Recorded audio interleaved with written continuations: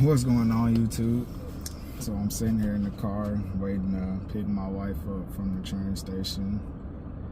The other day I was talking to a friend of mine and he asked me, what do I do to stay mentally strong or practice being mentally tough?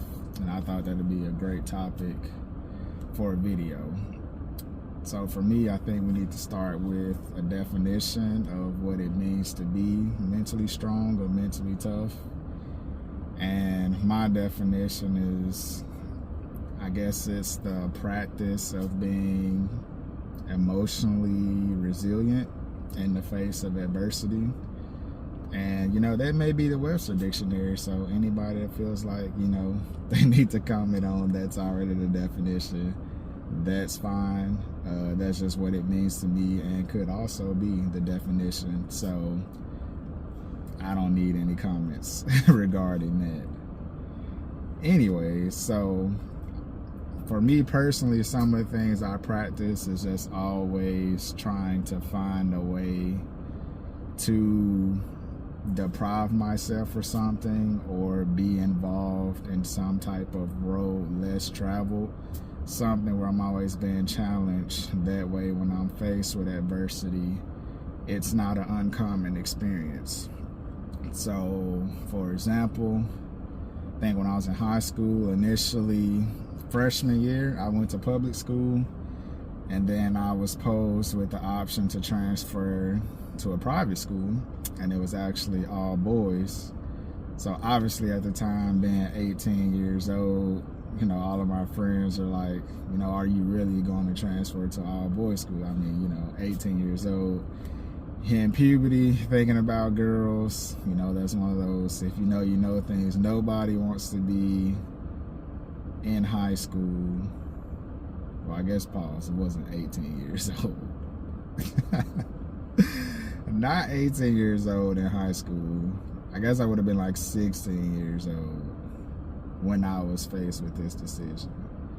So anyways, long story short, I decided to go to this school, and you can call that suffering because that's not a place that I imagined that I would be in high school. I kind of wanted a typical life where, you would be some type of varsity athlete, and you play the sports, you got the whole prom king and queen thing, and all of that life was not going to happen being at a private all-boys school. So, every day that was something that I had to endure. It's just like, wow, I'm not living a life that I want. And now, being older, yeah, you can say that was immature, but being a 16-year-old, I think that's a big decision to go to an all-dude school. So then after high school, it's like, all right, what's the next thing? What's the next thing that I can have intentional suffering in and taking the road less traveled? So then for college, I go to a military school. So same concept. A lot of my friends went to regular schools, where you can party, join frats, have frat parties, all of this stuff. But I did not go to a school like that. So I went to Virginia Military Institute, and it's just a military academy. So you have to go through a bunch of rigorous military training the first year, and there's all of these rules, this and that, and it's like, all right, why am I doing this to myself?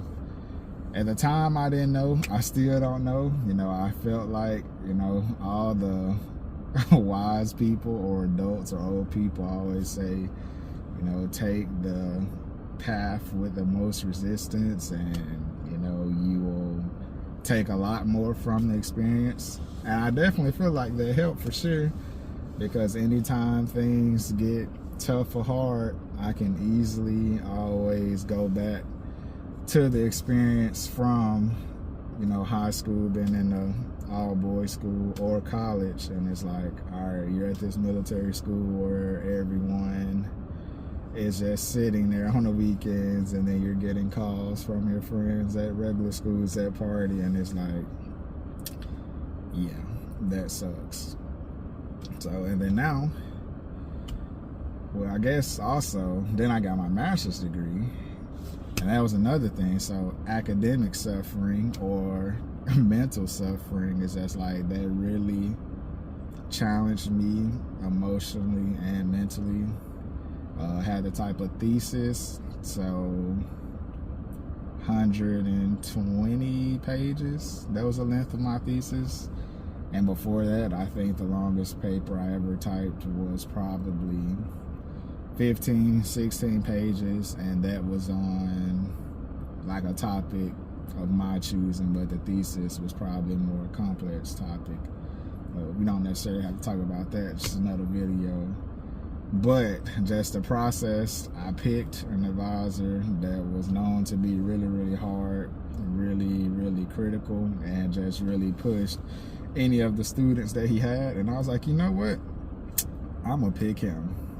And in the moment, I didn't think nothing of it, but once I started going through the whole process with him, it was definitely hard, especially considering I never done anything like that before. So just imagine putting your all into something and researching several articles and typing words on paper, then you have a meeting with the advisor and they're just like, you know, that's just not good enough. So that 10, 12 pages of work, you know, that you may have come up with in a week is all scrapped. And it's just like, okay. So, you know, at some point, it really almost brought me to tears, because I'm like, I'm really giving this thing everything I got, and it's just not good enough for this man. So it's just like, how can you dig deep and keep pushing? So, I mean, that's the bulk of the advice. If anybody is watching the video is familiar with David Goggins, it's kind of his principle, is that, you know, you put your mind, body, and soul through suffering. You basically callous your mind, body, and soul, and then when you're faced with anything else outside of that, you can always recall those experiences where times were tough and use whatever you did to get out of those situations and apply it to the current adversity that you are being faced with.